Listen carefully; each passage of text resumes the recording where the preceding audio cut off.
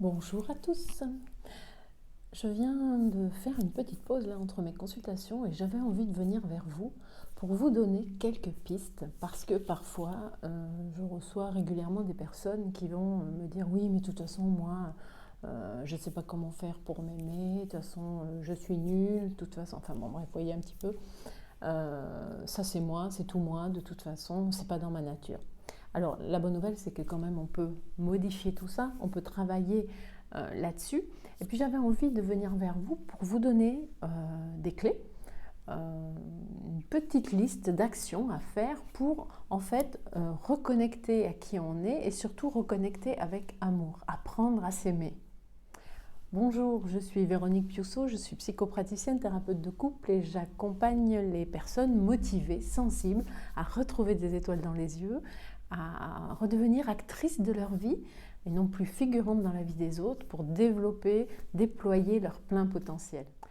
Alors la première chose, je dirais, sur laquelle on a à porter notre attention quand on est en chemin pour apprendre à mieux s'aimer, ça va être d'abord de surveiller son vocabulaire. Si je passe mon temps à me dire « Oh, t'es trop conne »,« Oh, mais franchement, t'es nulle »,« Oh, bah, de toute façon, c'est sûr que venant de toi, ça ne pouvait pas être mieux », enfin voilà, je m'excuse, hein, mais enfin, des phrases comme ça aussi glorieuses, on ne va pas améliorer notre estime de nous. Hein. On va s'ancrer là-dedans parce que notre cerveau, il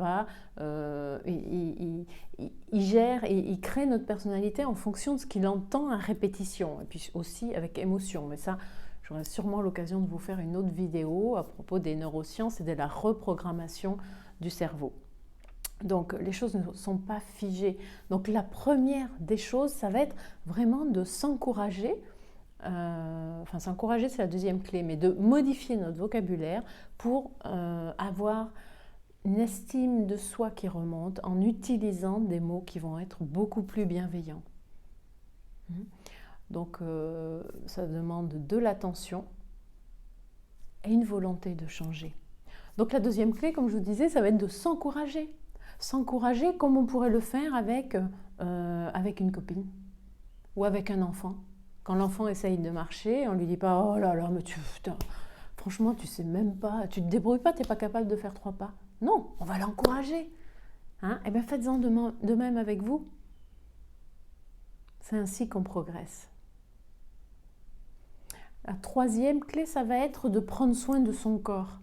Notre corps, c'est notre ami. Et souvent, on passe plus de temps à le maltraiter qu'à en prendre soin. Ou en tout cas, on ne le fait pas en conscience. On va le faire de manière automatique. Hein. Mais prenez le temps, sous la douche peut-être, de sentir les sensations, les picotis de chaque petit jet de la douche, la température. Hein.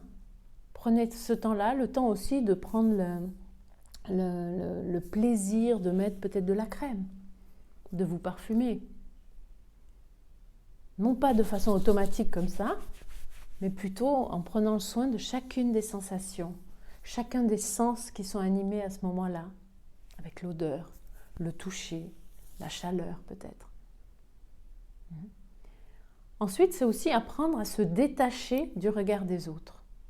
Alors là, ça peut être un programme à lui tout seul, mais ça, c'est important. On n'existe pas pour satisfaire les besoins des autres, on existe, et notre rôle, c'est de satisfaire nos propres besoins. De même que l'autre n'est pas là pour satisfaire nos besoins.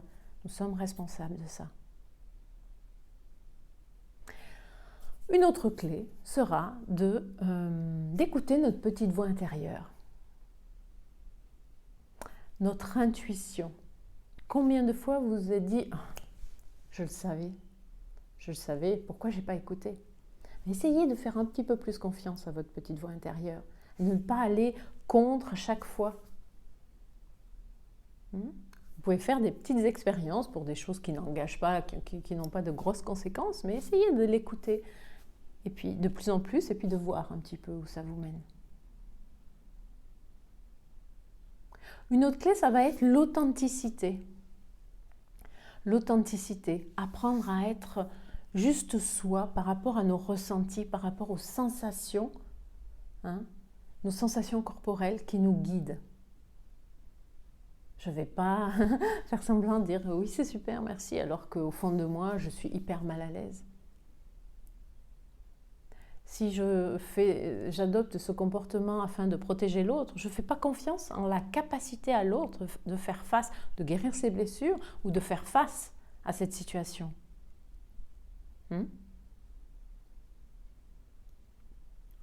Et puis, la dernière clé que j'aimerais vous donner, c'est peut-être de voir vos échecs comme des expériences et non pas comme des échecs. Voilà. J'espère que vous trouverez quelques pistes pour commencer ce chemin vers l'amour de soi. C'est un chemin précieux. Si je ne m'aime pas, comment je peux espérer, attendre, imaginer que les autres puissent m'aimer? Alors dites-moi s'il y a déjà quelques clés, quelques pistes que vous utilisez. Et puis, dites-moi peut-être aussi lesquelles sont à travailler pour vous. Je me ferai un plaisir de vous lire en commentaire. À bientôt.